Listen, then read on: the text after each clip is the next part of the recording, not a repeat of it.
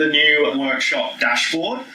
So where we've actually landed with this is to introduce a new workshop dashboard that is essentially one workshop dashboard for all the different purposes that we can configure to look differently depending on who's looking at it, basically, and how the organisation operates. So you can see first off on this page showing us which workshops that I'm looking at. So I'm logged in as a supervisor, workshop supervisor, and you can see that it's loading with the minor plant workshop and the Formbird depot workshop. On the top left corner here we have our navigation menu, our hamburger menu. So this is where all those navigation buttons have moved to.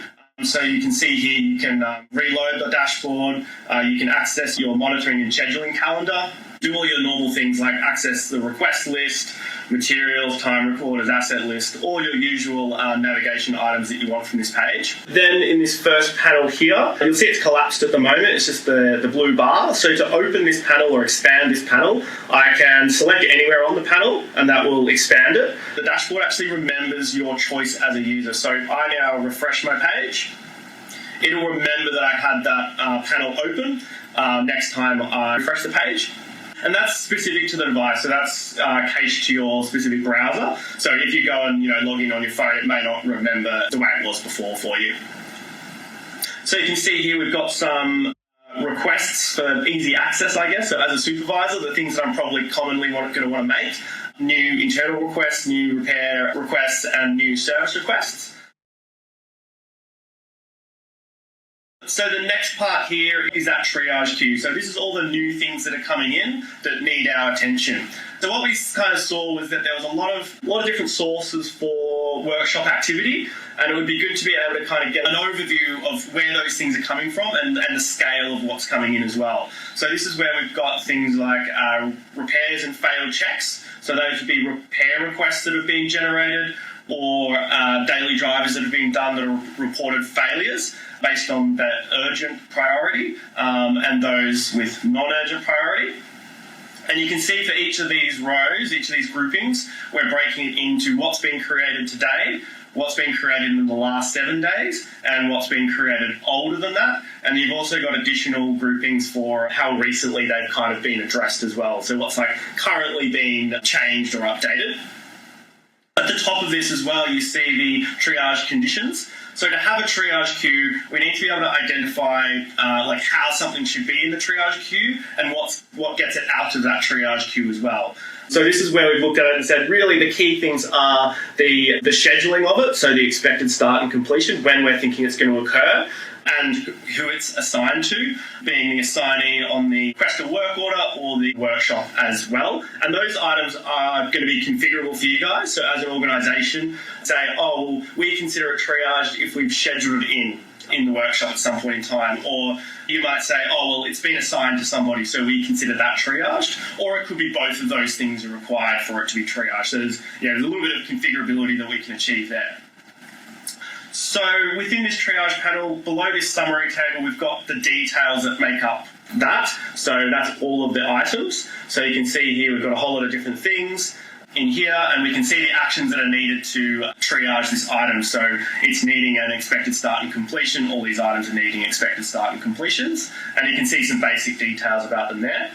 To filter this list down more, so if you have quite a lot of data going on, if you want to focus in on what is like new today, what might have been reported today, particularly like repairs and failed checks, the urgent ones, that's probably something you want to check on if you see a number here. So what we can actually do is select on that number to change the table that's displayed below that. So you can really, it allows you to drill down into the underlying data and see that specific daily driver in this case that has been generated today. So you can see when it was created, when it was last updated, who updated it, the workshop that it's currently assigned to, its current status, the request reason, the type, so daily driver, and who reported it there.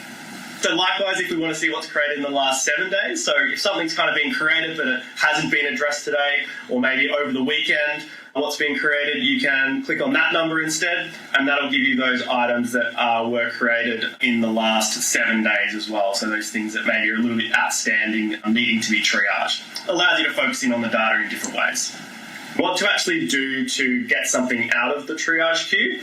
So if I go into my triage queue and I want to see what's created today that's urgent, The natural question is, how do I get rid of this out of the triage? So you've got a few different options. At the moment, you can go into your workshop scheduling calendar that you've got.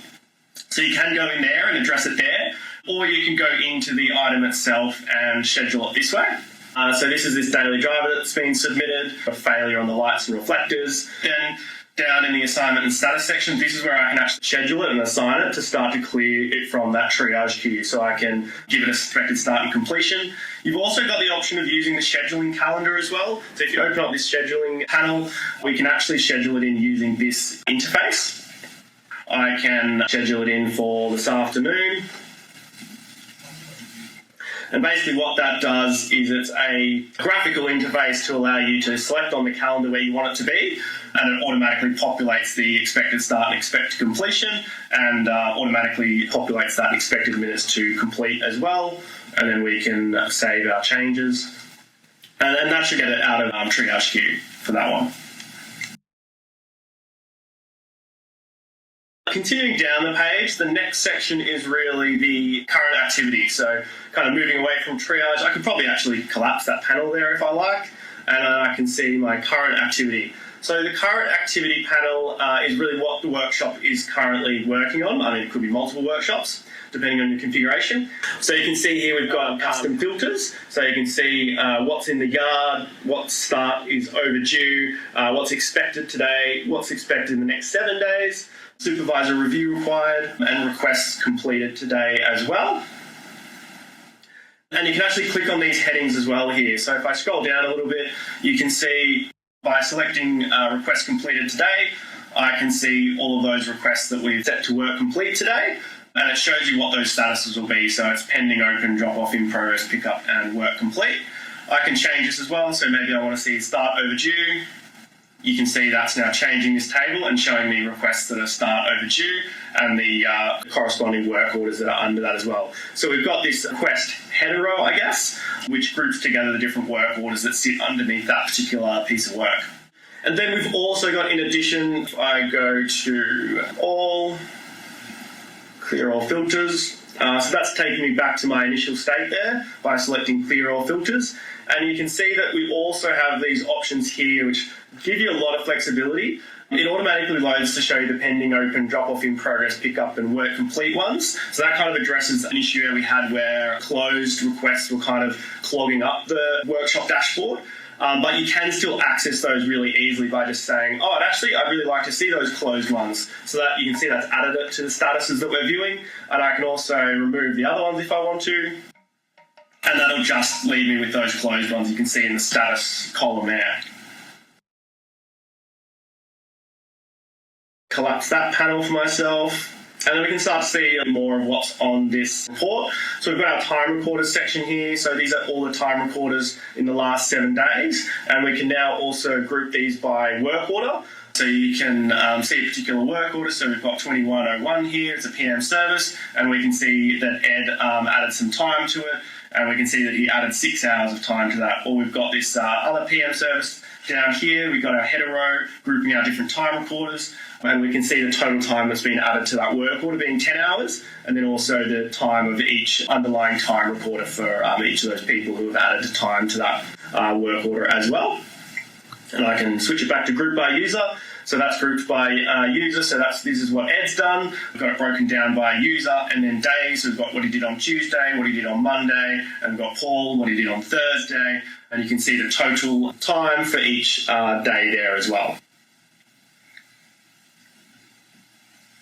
This next part is the special monitoring questions. So these haven't really changed. It's kind of just moved from the old dashboard to the new dashboard. So some stuff we've just kind of brought across in its equivalent state. Moving more into outstanding items. So this is the stuff that maybe might have slipped through the cracks or just needs closing out, needs your attention to kind of finish off the workflow. So you can see the top one here is requests that are not closed. And the all work orders are complete. And as we go down here, you can see some different options here. And again, these are all broken down into columns. So you've got a summary of what's today, what's in the last 7 days, and what's older than that, and also what's not got an expected completion as well. And again, we can drill down into this data. So if I want to see all of my requests that are deferred, I can hit that number there and it's showing up as request deferred, no expected completion. So it's giving me my row and then also that column that I've selected there. Likewise, I could see my work orders that are on hold. So you can see the status there of on hold, and then you can drill into that data. And I can also go into work orders not complete, for example. So any work orders that maybe are hanging around in the system that just haven't been completed. And you can see the details of those as well. So here I'm logged in as Taylor Technician, so in the mechanics view of the world. You can see that I can see a couple of different workshops here. So I've got my minor planned workshop and my Formbird depot.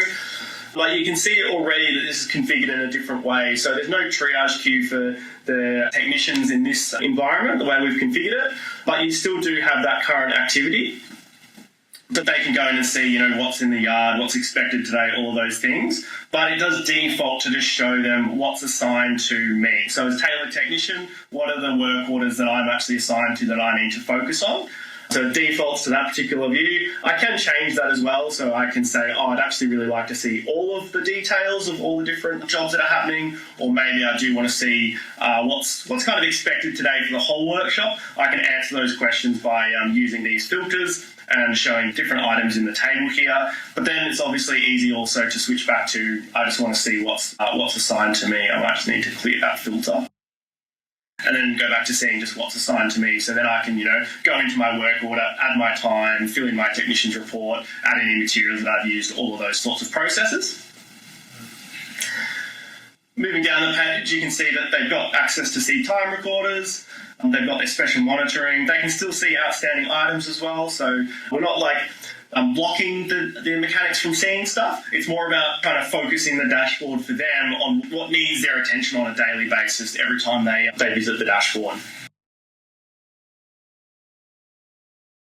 So now kind of going into the configuration that sits behind this, and this isn't something that we're really expecting you guys to be fully across from the start. So as part of the rollout process, we will provide some configuration for your environments, so you don't have to do that initial setup point.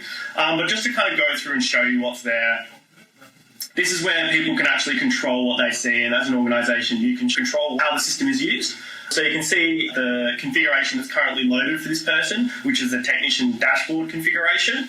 You can see that it's got workshops that load for this particular configuration, and this is all of the configuration that goes into controlling what displays when they access the page. So whether they want to see repairs and failed checks that are urgent, or maybe they don't want to see special monitoring, the default current activity, so where it was defaulting for the technician to show them what's assigned to them, this is where this is controlled. They can actually change this and say, I want to see all of them by default, for example. And then you've got your navigation menu items, so that little hamburger menu, we can control all of what's displayed in that as well. Once I make any changes to my configuration as an individual user, I can hit save the configuration, and it obviously reloads the page there. And then it will use my custom configuration that I've created as a user. A note about the configuration options that we have. So the way it works is that the overall configuration is set at an organization level, and that determines what the app role configurations can be. So for example, the technician configuration can be. But a user can override that role configuration with their own preferences about how they want their dashboard to display. But that can't override the organization's configuration.